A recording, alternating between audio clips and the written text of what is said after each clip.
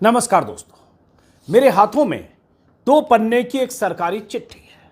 वो चिट्ठी जो यूपी के प्रमुख सचिव की तरफ से, मुकेश कुमार मेश्राम की तरफ से सभी जिलाधिकारी और सभी मंडलायुक्त यानी कमिश्नर को लिखी गई है। और ये 2 पन्ने की चिट्ठी इस बात की तस्दीक करती है, इस बात का सबूत है कि योगी आदित्यनाथ अगर कहते हैं टेलीविजन कैमरों के सामने, टेलीविजन चैनलों के इंटरव्यू में कि भारत हिंदू राष्ट्र था, भारत हिंदू राष्ट्र है और भारत हिंदू राष्ट्र रहेगा, संविधान की शपथ लेकर यूपी के सूबे की गद्दी पर बैठा एक मुख्यमंत्री अगर यह कहता है तो पहले तो संविधान की आत्मा के साथ खिलवाड़ करता है और बार बार बयान देता है। लेकिन उसी मुख्यमंत्री की सरकार जब ऐसे 2 पन्ने की चिट्ठी लिखकर जिलाधिकारियों को रामनवमी और नवरात्रि के लिए खास तरह के इंतजाम करने और उस इंतजाम में भागीदारी करने, सेलिब्रेट करने का आदेश जारी करती है, तो ऐसा लगता है कि इस देश के संविधान के लिए यूपी सरकार संविधान के प्रति जवाबदेही न मानते हुए मनमाने ढंग से यूपी सरकार को हिंदुओं की सरकार के तौर पर स्थापित करने की कोशिश में जुटी रहती है। और ऐसा मैं क्यों कह रहा हूं? यह जो चिट्ठी है, गौर से आप सुनिएगा। और इसलिए मैं कह रहा हूं कि अगर देश संविधान से चलता है तो इसी देश में यूपी है, लेकिन क्या कोई सूबे की सरकार किसी धर्म के लिए, किसी एक धर्म के लिए ऐसे इंतजाम करने, उस धर्म के धार्मिक उत्सवों में शरीक होने के आदेश दे सकती है क्या? इसके लिए आगे कुछ कानूनी पहलू पर भी बात करेंगे, लेकिन पहले सुनिए चिट्ठी में क्या है। यह चिट्ठी लिखी गई 10 मार्च को। चिट्ठी लिखी गई है, जैसा कि मैंने कहा, सभी जिले के डीएम और कमिश्नर को। चिट्ठी में क्या कहा गया है और क्या यह काम सरकार का है? चिट्ठी में कहा गया है कि दिनांक 22 मार्च 2023 से 30 मार्च 2023 तक चैत्र नवरात्रि श्री राम नवमी के अवसर पर सांस्कृतिक कार्यक्रम आयोजन करने के संबंध में, और इसमें 7 पॉइंट हैं, मुकेश कुमार जी की तरफ से लिखी गई, जैसा कि मैंने कहा। और इसमें कहा गया है कि उपरोक्त के संबंध में अवगत कराना है कि आगामी शुभ तिथियों दिनांक 22 मार्च से 30 मार्च तक चैत्र नवरात्रि के अवसर पर मां दुर्गा के 9 रूपों की विधि विधान के साथ पूजा की जाती है और इसे आत्मशुद्धि और मुक्ति का आधार माना गया है। चैत्र नवरात्रि में मां दुर्गा का पूजन करने से नकारात्मक ऊर्जा खत्म होती है और हमारे चारों ओर एक सकारात्मक ऊर्जा का संचार होता है। नकारात्मक और सकारात्मक ऊर्जा का संचार, यह धार्मिक आस्था का सवाल है। इस पर मैं कोई सवाल नहीं उठा रहा हूं। मेरा सवाल यही है कि क्या एक संवैधानिक मुल्क में किसी सूबे की सरकार इस तरह से चिट्ठी लिखकर, इस तरह से फरमान जारी करके क्या किसी एक धर्म के धार्मिक उत्सवों में शरीक हो सकती है? वो सरकार जो संवैधानिक मूल्यों के साथ सेकुलर स्टेट की जिम्मेदारी से भाग नहीं सकती, बच नहीं सकती, उसकी वही प्राथमिकता होनी चाहिए, वो सरकार। इसी में आगे है, चैत्र नवरात्रि की इन शुभ तिथियों में सरकार द्वारा अभियान चलाते हुए महिलाओं और बालिकाओं की इन कार्यक्रमों में विशेष रूप से सहभागिता सुनिश्चित की जानी चाहिए। प्रदेश के देवी मंदिरों और शक्तिपीठों में उक्त संपूर्ण अवधि में दुर्गा सप्तशती का पाठ होना चाहिए। ये होना चाहिए, चलिए ठीक है, लेकिन होना चाहिए में पार्टिसिपेट कर रहे हैं जिला के अधिकारी और सरकार क्या इंतजाम करें? गौर से सुनिएगा। यही सरकार है जहां कांवड़ यात्रा के दौरान कैसे हेलीकॉप्टर से फूल बरसाए गए, उसी सूबे में हर धर्म के लोग रहते हैं। लेकिन जब मुख्यमंत्री कहता हो हिंदू राष्ट्र था, है और रहेगा, क्या भारत हिंदू राष्ट्र है? लेकिन अगर इस तरह के आदेशों को देखें तो लगता है ये मानकर चल रहे हैं, भले उन्होंने संविधान की शपथ ली। क्या है इसमें? इसी में आगे। और क्यों कह रहा हूं, और मैं हिंदू जो दर्शक है उनसे भी कह रहा हूं, आपकी आस्था, मैं भी हिंदू हूं, उसका सम्मान करना चाहिए, लेकिन धार्मिक आस्था और रिलीजियस प्रैक्टिस आपकी निजी आस्था का सवाल है। क्या सरकार को उसमें इस तरह से हिस्सेदारी लेनी चाहिए? और लेनी चाहिए तो क्या सिर्फ एक धर्म के साथ सरकार का यह पक्षपातपूर्ण रवैया नहीं है? गौर से सुनिएगा। इसी में आगे है, उल्लेखनीय है कि आगामी 29-30 मार्च को अष्टमी रामनवमी के अवसर पर ये शक्तिपीठों, मंदिरों में ये सब होना है। इसलिए अखंड रामायण पाठ का आयोजन किया जाए, ये निर्देश है। इस आयोजन हेतु प्रत्येक जनपद में जनपद स्तरीय, तहसील स्तरीय और विकास खंड स्तरीय समितियों का गठन करते हुए कार्यक्रम संपन्न किया जाए। ये सभी जिला के जिलाधिकारियों को कहा गया। इसी में आगे समस्त जिलाधिकारियों द्वारा अपने जनपद में चयनित देवी मंदिरों, शक्तिपीठों में कलाकार का चयन अपनी अध्यक्षता में गठित कमेटी करेगी, जिसका समन्वय संस्कृति विभाग, जनसंपर्क विभाग करेगा। जिलों में तैनात सूचना विभाग के अधिकारियों द्वारा सहयोग प्राप्त किया जाए। मतलब एक तरह से आदेश किया गया है कि नवरात्रि और रामनवमी के दौरान सरकारी सिस्टम, जिला प्रशासन पूरी तरह से न सिर्फ धार्मिक उत्सव के लिए इंतजाम करे, बल्कि उसमें पार्टिसिपेट करे और सेलिब्रेट करे, ऐसा जैसे स्टेट का धर्म हिंदू है, जबकि ये सेकुलर स्टेट है। और क्यों मैं ये कह रहा हूं, आगे सुनिए। और आगे मैं एन.के. सिंह, वरिष्ठ पत्रकार हैं, संविधान के विशेषज्ञ भी हैं, उन्होंने क्या कहा इस पर वो भी आगे सुनाऊंगा, और ये सुनना समझना आपके लिए जरूरी भी है। इसी में आगे है, उपरोक्त आयोजन प्रदेश स्तरीय आयोजन है। इस अवसर पर सूचना जनसंपर्क विभाग के माध्यम से शक्तिपीठों और देवी मंदिरों में पर्यटन विभाग, अन्य विभागों द्वारा कराए गए विकासात्मक कार्यों, बुनियादी सुविधाओं के विकास के संबंध में प्रिंट मीडिया पर प्रचार प्रसार करें और मंदिर प्रांगणों में होर्डिंग लगाई जाए। यह सब सरकारी खर्चे पर होगा, मंदिर प्रांगण में। उसी में है, प्रत्येक आयोजन स्थल पर साफ सफाई वगैरह करें, दरी बिछाने के इंतजाम जिला प्रशासन की तरफ से की जाए। चलिए, ये इंतजाम तो ठीक है, कुंभ मेले में भी होता है और इस तरह के धार्मिक आयोजनों में होता है, लेकिन मैं बार बार कहूंगा, उसमें हिस्सेदारी, सेलिब्रेट करना और पार्टिसिपेट करना, एक पब्लिक ऑर्डर को मेंटेन करना, भीड़ को मेंटेन करना, सुरक्षा के इंतजाम करना, वहां सुचारू रूप से हर जो काम हो रहा है, धार्मिक कार्य वो संपन्न हो, वो करना, वो सरकार का काम है। लेकिन यहां सवाल पार्टिसिपेट करने का है और सवाल सेलिब्रेट करने का। इसी में है, कार्यक्रमों के अंतर्गत महत्वपूर्ण देवी मंदिरों, शक्तिपीठों का चयन करते हुए मंदिरों का पता, फोटो, जीपीएस लोकेशन तथा मंदिर प्रबंधक का नंबर, कलाकारों के नाम, ये सब 21 मार्च तक संपूर्ण तैयारियां करते हुए संस्कृति विभाग को भेज दें। समस्त जनपदों में होने वाले कार्यक्रमों की सूचनाएं प्रतिदिन संस्कृति विभाग के पोर्टल के माध्यम से जिला स्तर पर नामित नोडल अधिकारी द्वारा अपडेट किया जाए। सरकार ने रामनवमी और नवरात्र को सरकारी धार्मिक उत्सव मान लिया और पूरी सरकारी मशीनरी को जिम्मेदारी दे दी कि इस उत्सव में आपकी भागीदारी हो और आप अपनी भागीदारी सुनिश्चित करते हुए क्या क्या करें, और ये सब सरकार के खर्चे पर। क्या यूपी की सरकार, 24 करोड़ यूपी के लोग और यूपी के मतदाता जिन्होंने सरकार को चुना है, क्या वो सरकार सिर्फ हिंदुओं की सरकार है? इसको पढ़कर तो यही लगेगा। और योगी इसी रास्ते पर यूपी को क्या अलग से ले जा रहे हैं।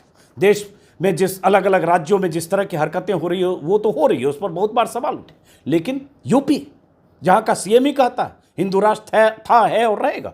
इसी में प्रदेश स्तरीय उक्त कार्यक्रम सफलतापूर्वक कार्यान्वयन करने और सभी प्रकार के समन्वय करने के लिए शासन स्तर से श्रीमती उमा द्विवेदी को इन्होंने जिम्मेदारी दी है, नोडल अधिकारी नामित किया है। उक्त कार्यक्रम में प्रस्तुत करने वाले कलाकारों को जो भी मानदेय राशि है वो भी कहा गया है। और मुझे ये कहने का निर्देश हुआ है कि आगामी नवरात्र की शुभ तिथियों में प्रदेश के सभी देवी मंदिरों, शक्तिपीठों में भव्य देवी गायन, दुर्गा सप्तशती पाठ, अखंड रामायण ये सब हो और इनकी तस्वीरें संस्कृति विभाग के पोर्टल पर उपलब्ध कराएं। मुकेश कुमार मिश्रा, स्टाफ अफसर, प्रमुख मुख्य सचिव यूपी, प्रमुख सचिव सूचना जनसंपर्क, और सबको लिखा गया। सवाल ये उठता है, क्या ये सरकार का काम है? क्या संविधान की बुनियाद पर टिके इस देश में, जहां सेकुलर स्टेट को होना चाहिए, जहां स्टेट का तौर तरीका सेकुलर होना चाहिए, क्या वो सरकार इस तरह से एक धर्म के प्रति इस तरह से सर्कुलर निकालकर जिले के अधिकारियों को ऐसी चिट्ठी लिखकर क्या उस धार्मिक आयोजन का हिस्सा बनने को कह सकती है? और कह सकती है तो सवाल उठता है, उसी यूपी में मुस्लिम भी हैं, सिख भी, ईसाई भी हैं, आबादी उनकी जो भी हो। एन.के. सिंह वरिष्ठ पत्रकार हैं, संविधान के जानकार हैं, जैसा मैंने कहा। उन्होंने क्या कहा है, पहले वो सुनिए। जी हाँ, यूपी सरकार का ये पत्र सभी डिस्ट्रिक्ट मजिस्ट्रेट्स को और सभी सरकारी कर्मचारियों को, अगर आप उसकी ध्वनि देखें तो लगता है कि भारत के संविधान और इसके सेकुलर कैरेक्टर को एक सस्टेन तरीके से खत्म करने की कोशिश हो रही है। और ये कोशिश किया जा रहा है कि इसे हिंदू राष्ट्र में कन्वर्ट कर दिया जाए और फसाड डेमोक्रेटिक हो, फसाड सेक्युलर हो। और इसके लिए कोशिश ये है कि धर्मनिरपेक्ष सेकुलरिज्म की जो हिंदी होती थी उसको हमने खूबसूरती से पंथ निरपेक्ष कर दिया है। संघ ने यह भी बताना शुरू किया कि नहीं साहब, हिंदू सनातन धर्म जो है ये धर्म नहीं है, ये जीवन पद्धति है और धर्म और रिलीजन में अंतर है। लिहाजा भारत अगर सनातन धर्म को अंगीकार कर लेता है और हिंदू राष्ट्र बन जाता है तो ये कहीं से गैर सेकुलर नहीं होगा। ये इसकी कोशिश होगी और इसके लिए एक जजेस का एक बड़ा वर्ग है जो कि कॉन्स्टिट्यूशन लॉ को प्रमुख नहीं समझता, बल्कि वो हिंदू स्क्रिप्चर से लॉ लेना चाहता है और उससे वो डिराइव करता है कॉन्स्टिट्यूशन का इंटरप्रिटेशन भी। तो ये आने वाले दिनों में होने वाला है। अगर आप इस पत्र को देखें, इसका पॉइंट नंबर 2 देखें, तो कहा गया है कलेक्टरों से और बाकी अमला से कि जाके वहां से लड़कियों को लाएं और इस कार्यक्रम को, नवरात्रि के 9 दिन के कार्यक्रम को सफल बनाएं। स्टेट का रोल क्या होता है? स्टेट, एक सेक्युलर स्टेट में हम पंथ निरपेक्ष भी मान लें तो एक सेक्युलर स्टेट में स्टेट का रोल होता है वहां पे जो भीड़ आ रही है उसको कंट्रोल करना, उसकी सुविधाओं का ख्याल रखना। सुविधाओं का मतलब कि सड़क बन गई हो, सड़क वहां पे साधन पहुंच रहे हो, ये देखना। वहां पे भीड़ लाना और भीड़ से कहना। जैसे पहला पैरा आप देखिए उस पत्र का, तो उसमें यह लिखा गया है कि देवी के बारे में, देवी की पूजा करने से नकारात्मक ऊर्जा खत्म होती है, सकारात्मक ऊर्जा आती है।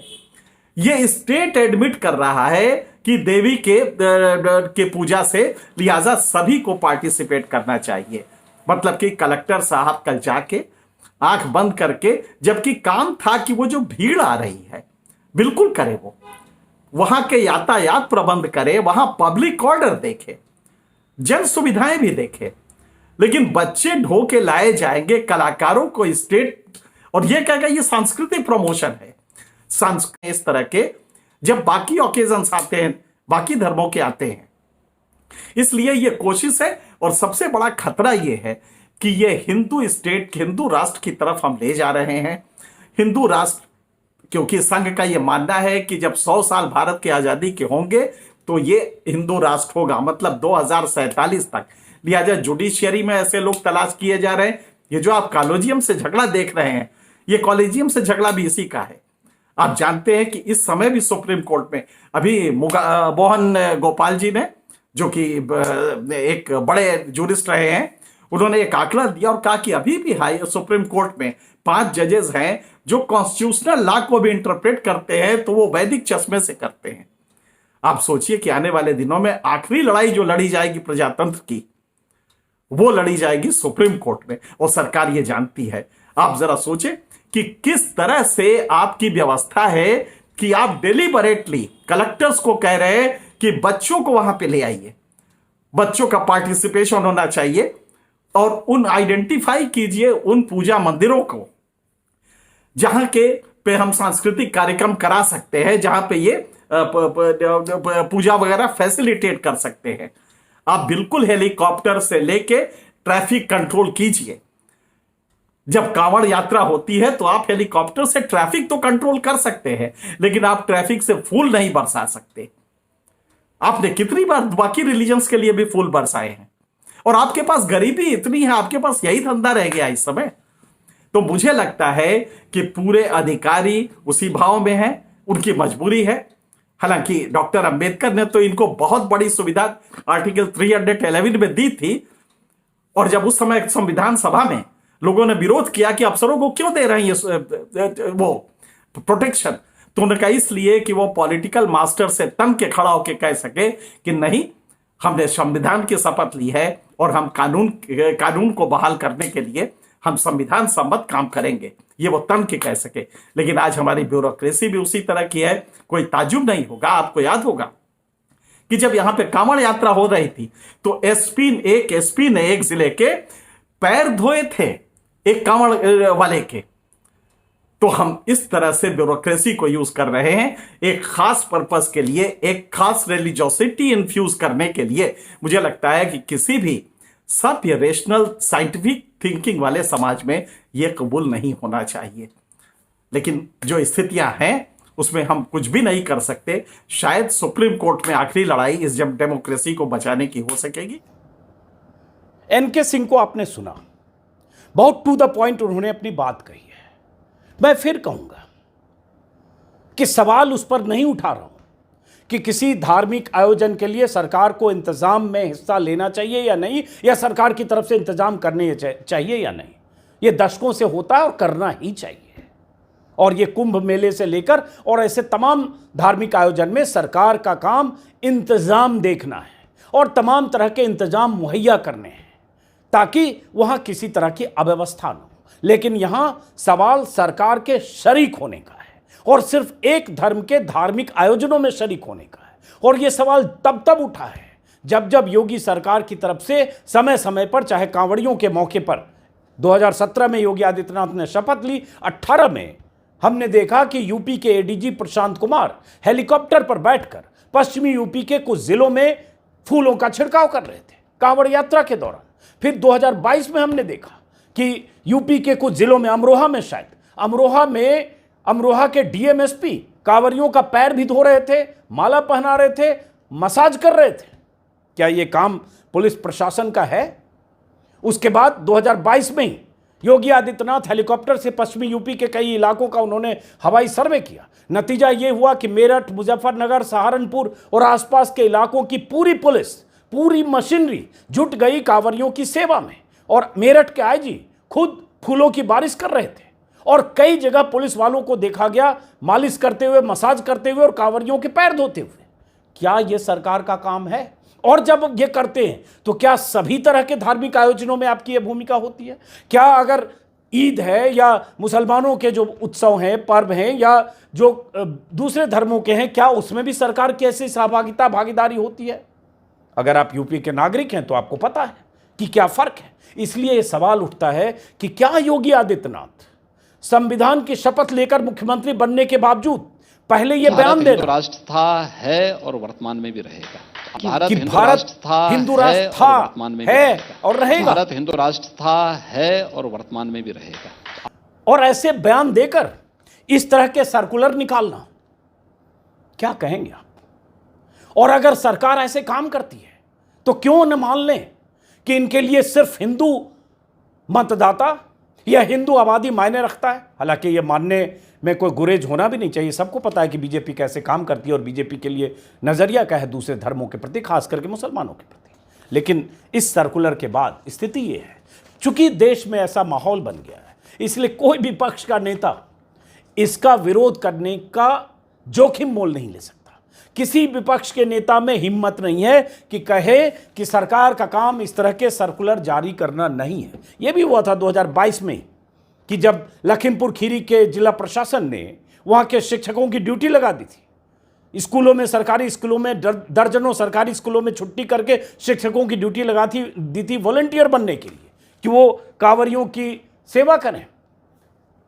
लेकिन कहीं भी विरोध की आवाज नहीं उठी क्योंकि देश में ऐसा माहौल बन गया। अभी मैं देख रहा था, कुछ ट्विटर पर सर्च कर रहा था, तभी मुझे एक ललन टॉप पे दिखा एक बयान। यूपी के डीजीपी रहे हैं विक्रम सिंह, उनका एक बयान है। उसी संदर्भ में जब यूपी में कांवड़ियों की सेवा में जब सरकारी अधिकारियों को झोंक दिया गया था, उनका एक बयान था और यह बहुत अहम बयान है पूर्व डीजीपी का। पुलिस कर्मियों का काम है उन लोगों को सुरक्षा उपलब्ध कराएं, अगर उन्हें फूल बरसाना है तो छुट्टी लें, सादे कपड़ों में जाएं और मन में जो आए करें, लेकिन वर्दी पहनकर ड्यूटी में रहते हुए कांवड़ियों के पैर की मालिश करें, यह आपत्तिजनक है। यूनिफॉर्म का मतलब होता है आप सबके लिए एक जैसे हैं, लेकिन एक तरह का काम दिखाता है कि आपकी सहानुभूति और आपका झुकाव एक पक्ष की तरफ ज्यादा है। उनका यह भी कहना है अगर आपको आस्था सार्वजनिक करनी है तो वर्दी उतारकर कांवड़ यात्रा पर चले जाएं, लेकिन इस तरह की हरकत ना करें। आईएएस और आईपीएस अधिकारियों का काम फूल बरसाना नहीं है, यह सरकारी नियमों और पुलिस रूल के खिलाफ है। उन्होंने यह भी कहा ऑल इंडिया सर्विस रूल यही है कि कोई भी व्यक्ति मन, कर्म और वचन से ऐसा कोई काम नहीं करेगा जिससे सांप्रदायिकता की बू आती हो, लेकिन यहां आती है क्योंकि आप एक धर्म के प्रति आपका नजरिया ये होता है कि हेलीकॉप्टर से फूल बरसाते हैं और इस तरह से सरकारी ऑर्डर जारी करते हैं और बाकी के लिए क्या है कहने की जरूरत नहीं है। लेकिन जैसा मैंने कहा, मोदी हैं तो कुछ भी मुमकिन है और वहां तो योगी है। तो देखते हैं अब कैसे जिले जिले में इंतजाम किए जाने हैं और देखते हैं कि क्या कोई विपक्ष का नेता इस पर सवाल उठाता है या उठाने की हिम्मत करता है, क्योंकि माहौल ऐसा है कि कोई जोखिम मोल लेना नहीं चाहता। फिलहाल इस वीडियो को खत्म करते हैं दोस्तों, फिर मुलाकात होगी। और अगर आपने मेरे YouTube चैनल को सब्सक्राइब नहीं किया तो सब्सक्राइब करें, ज्वाइन कर सकते हैं ज्वाइन करें। नमस्कार।